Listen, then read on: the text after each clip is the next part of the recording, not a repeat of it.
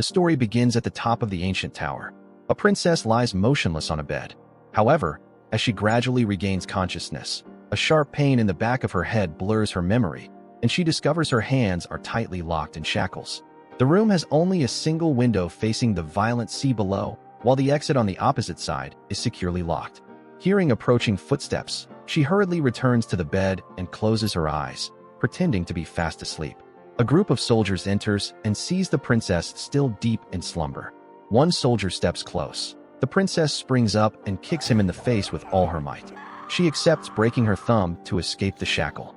As soon as she is freed, she grabs a nearby chain and swings it like a mace. Utilizing the chains as a weapon, she also draws a hidden sharp hairpin to stab directly into a soldier's face. Another rushes in, but she seizes a knife from the dead man, stabbing one blow into his calf and another into his shoulder. The blade plunges deep, and as he tries to struggle up, she maintains a tight grip on the handle. He struggles to throw her off, but she attacks even more fiercely. The brawl continues until she forces him back toward the wide-open window. With a decisive kick, she sends him flying through the window, causing him to fall straight into the raging ocean below. Another soldier enters the room. She does not hesitate to grab a nearby sledgehammer and rushes to take him down. Next, she bends down to retrieve the key, unlocks the remaining shackle, then quickly wipes away bloodstains and adjusts her attire. She steps out of the room, locks the door, and throws the key far away. Before long, she finds another room in the tower from which she can observe the chaotic scene below. In the courtyard, a crowd of civilians is being held hostage under the control of Julius and the female warrior Moira. She is considered his right-hand woman. Julius is executing a plot of his own. He desires to marry the princess and rule the kingdom with supreme power, replacing what he views as the king's weakness with oppression and brutal domination. As she witnesses her family being taken out of sight, intense regret wells up. The kingdom has only 2 princesses and lacks a male heir. That is the reason her marriage to Julius was arranged. However, she could not accept the wedding and fled in the middle of the ceremony. At this moment, she sneaks into another room just as a large figure enters. She manages to hide in a bathtub filled with water. She remains completely silent, while the giant is engrossed in admiring his own reflection in the mirror. Finally, he leaves the room, and the princess surfaces from the water. The waterlogged dress has become a burden. She sheds the heavy fabric and continues to move very quietly. However, immediately after, she encounters the giant again in a narrow corridor. His brute strength clashes with her technique and agility.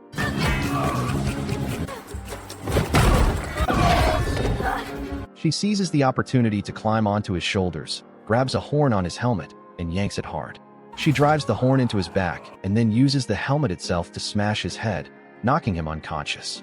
That moment of victory brings back a distant memory. As a child, she aspired to become a warrior.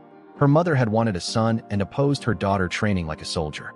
However, she eventually persuaded the queen to approve, on the condition that the king never find out. Meanwhile, down on the beach, the body of the soldier the princess kicked through the window has washed ashore. The soldiers hurriedly drag his body up and carry it before Julius. Moira discovers bruises on the corpse and realizes the situation is not simple. Julius inherently hates all risks, so he immediately orders Kerr to check on the princess's condition. Julius also does not forget to clearly threaten that there will be severe consequences if any negligence occurs. However, as soon as Julius turns away, Kerr pushes the danger onto someone else.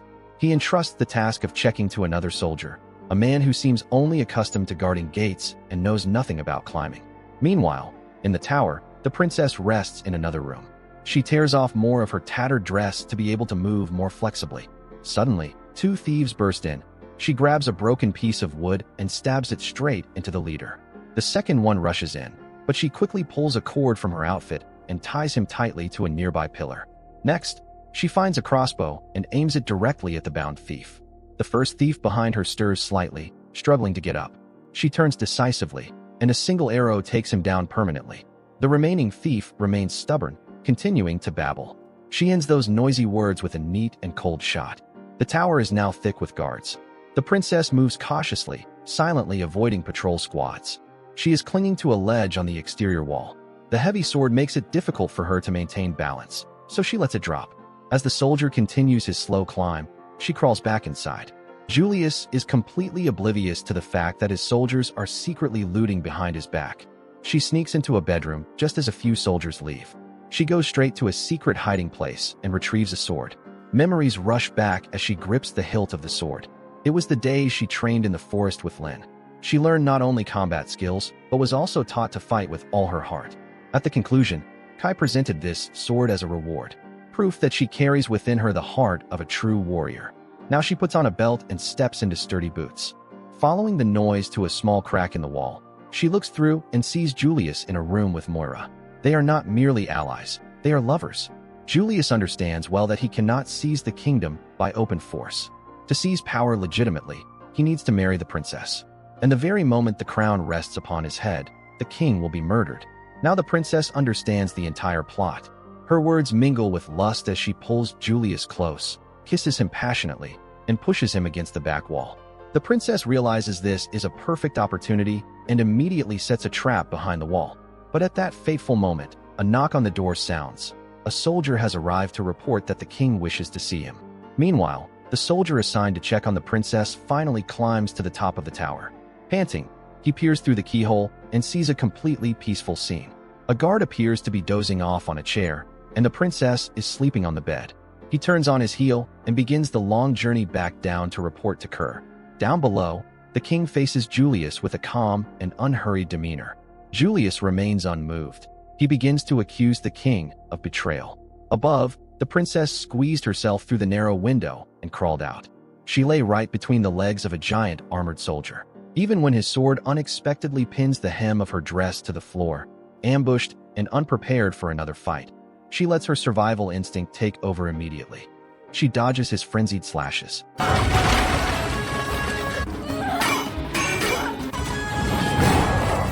Finally, she discovers that his underarm area is unprotected. She stabs that spot 3 times in succession. She grabs a burning candle and throws it straight at him. The fire erupts violently, swallowing the giant body in an instant. The meeting between Julius and the king ends in failure. As he prepares to leave, the fat soldier from before appears to report that the princess is still safe in her room. At that very moment, the charred corpse of the giant armored soldier falls from above, crashing down right in front of Julius's boots. Julius furiously orders Kerr to end the chaos unfolding in the tower. But Kerr no longer has the chance. Moira speaks up. Kerr sneers, calling her a madwoman. Moira does not argue. She lets her whip speak. A precise lash to Kerr's neck strikes him down. Moira takes Kerr's place and orders the hunt for the girl. The princess is hiding in the shadows. Soldiers begin spreading throughout the tower to search. With a slash across the arm, the first 2 fall. The enemy is too numerous. She yanks off her diamond necklace, scattering gems across the floor. The guards slip and tumble, providing just enough opportunity for her to slip away. However, a soldier screams and charges. She now possesses a shield. Ending the fight instantly, the rest swarm in. A blade slices across her waist, causing her to scream. She grabs a nearby soldier, uses him as a human shield, and then hurls herself off the edge of the corridor. She falls to a lower floor of the castle. Another soldier attempts to jump after her, but lands awkwardly. The fat soldier sluggishly walks past her like a groggy ghost, completely failing to notice the danger right in front of her. Outside the window, a flag flutters in the wind. She rushes out, grabs it, and swings along the vertical wall. Then, she jumped into a nearby room. A sharp pain shoots through her side. Memories resurface. She once overheard her parents discussing her future. He angrily called her foolish and a dreamer. To him, the throne needed a man. The sound of footsteps pulls her back to reality. She lunges at the person approaching, but freezes when she realizes it is Lin. While bandaging her wounds, Lin recounts the situation. Julius marched his troops in at midnight. The royal guards were overwhelmed, and Lin only managed to escape with a few others. Lin knows where the royal family is being held.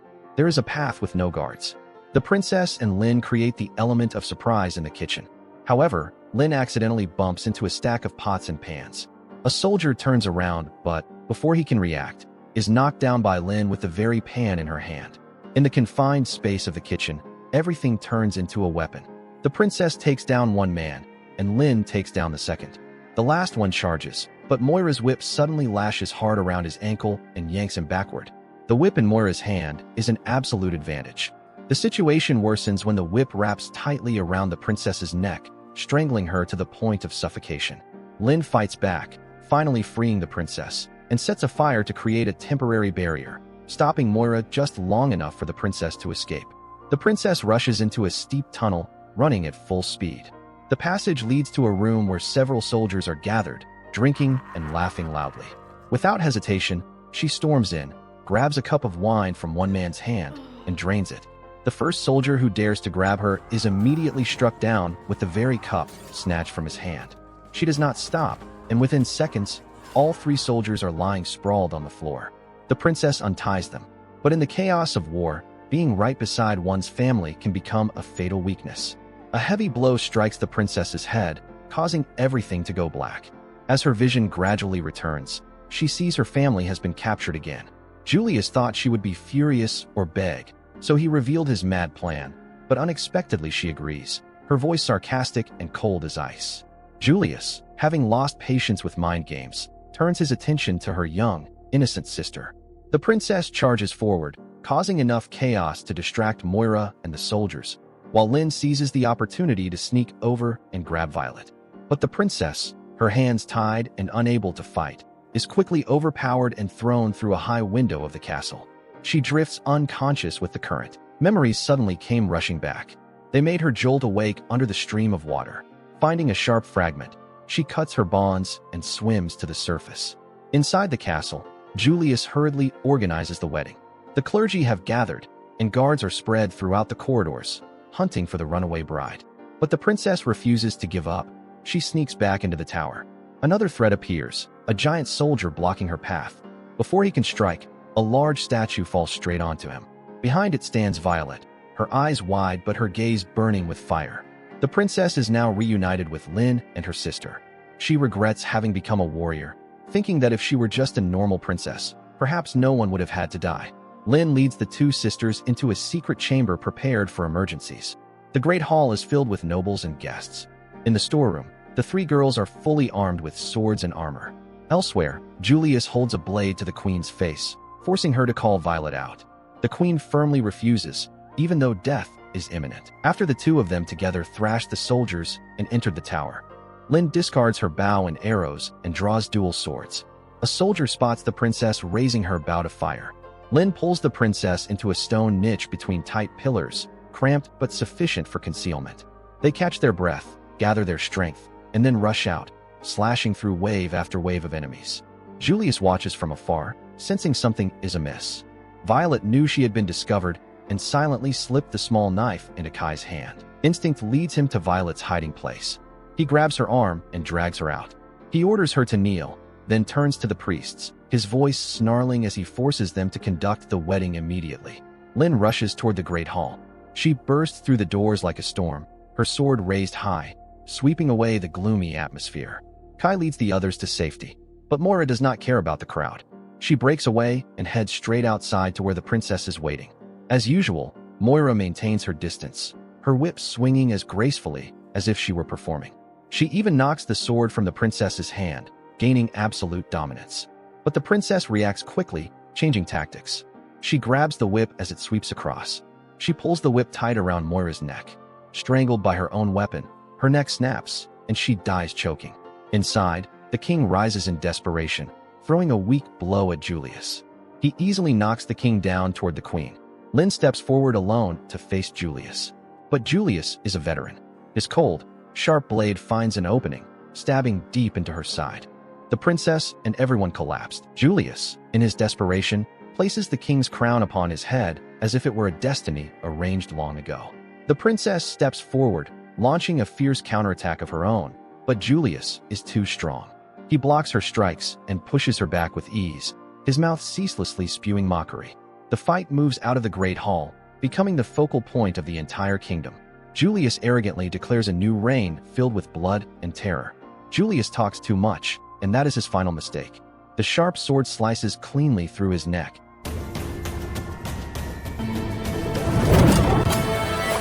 and his head falls onto the cold stone floor. The battle ends. The princess picks up the crown and turns back to present it to the king. Right there, the king stands up and, with a warm, deep voice, declares the princess the true heir. The people celebrate jubilantly. The movie ends here. Thank you, and see you again.